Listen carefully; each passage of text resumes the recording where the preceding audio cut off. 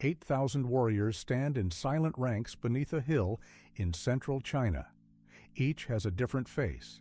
Each was made of clay, buried in darkness, and armed for a battle that would never come.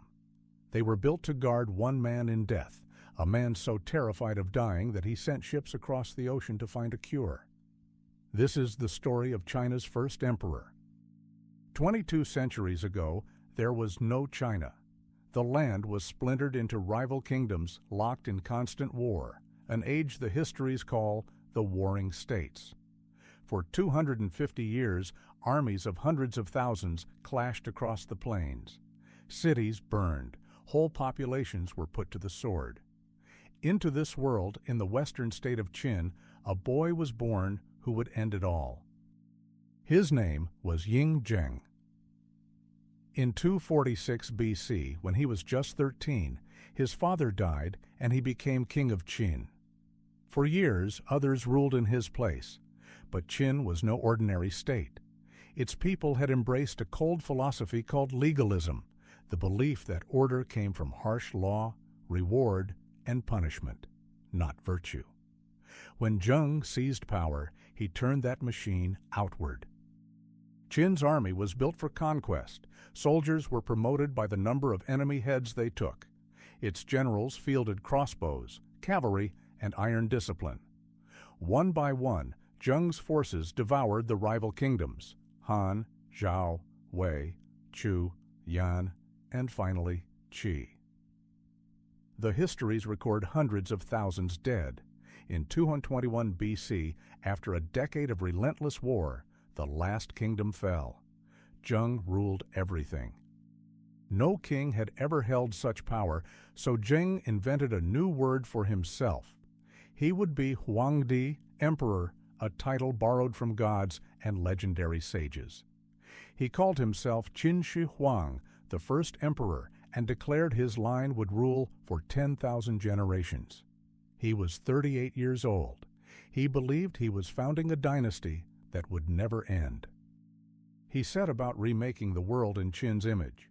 Across the empire, he standardized the written script, so a decree in the capital could be read 1,000 miles away.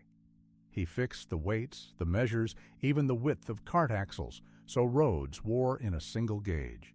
He melted down the weapons of the conquered and unified the coinage. It was one of history's great acts of control. To seal the empire against the nomads of the north, he ordered existing walls linked into one vast barrier, the ancestor of the Great Wall. Hundreds of thousands of conscripts hauled earth and stone across frozen mountains. He built highways radiating from the capital and a canal to move grain to his armies. The cost was staggering. Countless laborers died and were buried where they fell. Power made him intolerant of dissent. On the advice of his chief minister, Li Si, he ordered the burning of books, histories, poetry, the writings of rival schools, anything that might let men praise the past to criticize the present. The histories claim he had scholars buried alive for defiance, though some doubt the number. The empire's memory was to begin and end with him. For all his power, one enemy he could not conquer: death. He had survived assassination before he was emperor. A swordsman named Jing Ke had once come within a breath of killing him, a dagger hidden in a rolled map. Another plot dropped a great iron weight that missed his carriage. Each attempt seemed to deepen a terror already growing inside him, the fear of his own end. He began to fear death the way other men fear ruin. He would not speak the word. He moved between more than 200 palaces by covered roads, so no one could know where he slept. And he began to ask a new kind of question of his advisors, not how to live well, but how to never die at all. Men appeared at court promising an answer. They were alchemists and magicians, and they told him what he longed to hear, that somewhere beyond the eastern sea lay islands of immortals who held the elixir of life. He gave a court sorcerer named Xu Fu a fleet of ships, and the histories say, thousands of young men and women, and sent them across the ocean to find it. Xu Fu sailed east and never returned. Other alchemists stayed and brewed. Their recipes for eternal life often contained cinnabar, a beautiful red mineral that is, in truth, a compound of mercury. The emperor is thought to have swallowed these potions for years, believing the shimmering metal would preserve him. Instead, it was poisoning him, attacking his brain and body with every dose. The cure he chased was quietly killing him. Even as he hunted immortality, he prepared for the death he refused to name. At the foot of Mount Li, near his capital, he had begun building his tomb the moment he took the throne as a boy. Now the work swelled to monstrous scale. The histories record that 700,000 laborers toiled on it, an underground empire for the emperor to rule in the afterlife. To guard him, his craftsmen built an army, not of men, but of clay. Life-sized soldiers, row upon row, in deep earthen corridors east of the tomb.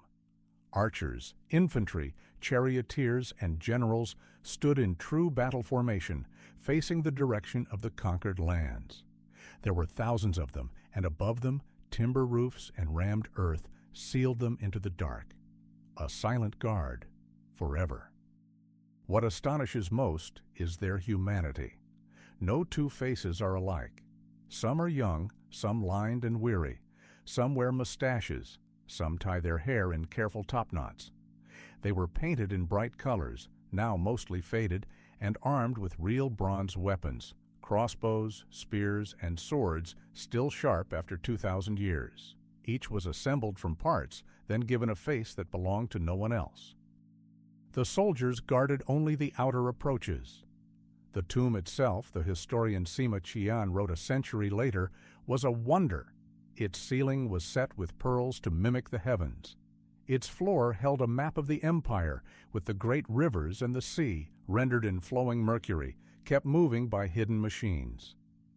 Crossbows were rigged to fire on any intruder. Whether all of it is true, we cannot yet know. In his final years, the emperor could not rest.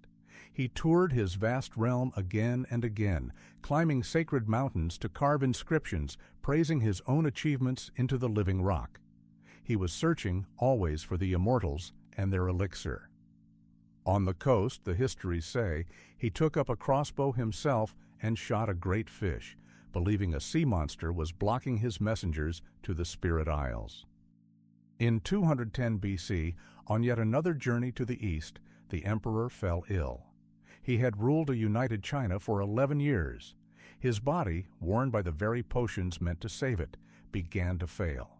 Still, he would not speak of death, and his ministers dared not prepare for it. The imperial procession pressed on across the plains, its master fading inside his curtained carriage. He died at a place called Shakyu, far from his capital. His death was a secret too dangerous to reveal. His chief minister and chief eunuch feared revolt if word spread, so they kept the corpse in its carriage and carried on as if the emperor still lived. As the body decayed in the summer heat, they loaded a cart with rotting fish to hide the smell of death. Behind the curtains, a conspiracy took shape. The emperor's dying wish had named his eldest son as heir. But the eunuch Zhao Gao and the minister Li Si destroyed the true letter and forged another. They ordered the eldest son to take his own life and placed a weak younger son, Hu Hai, on the throne, a puppet they believed they could command. The dynasty was rotting from within. At last the emperor was buried beneath his mountain of earth. The histories claim that his childless concubines were entombed with him, and that the craftsmen who knew the tomb's secrets, its passages and its traps, were sealed inside behind the closing gates, so that nothing could ever be told.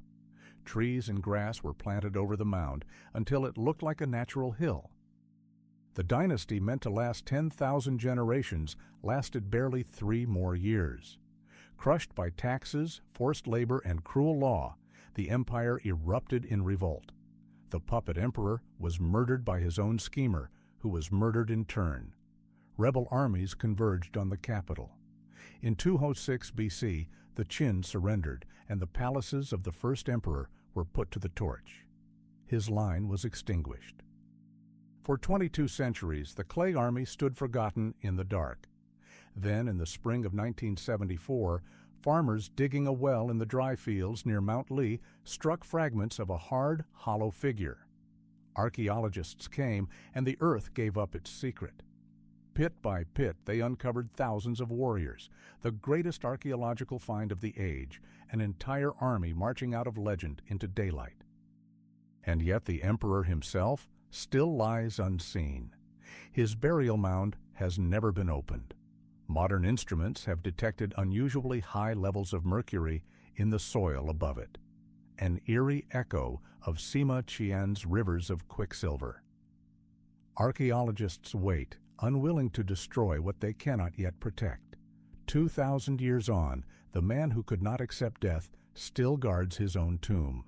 Subscribe and travel with us into the ancient world reconstructed.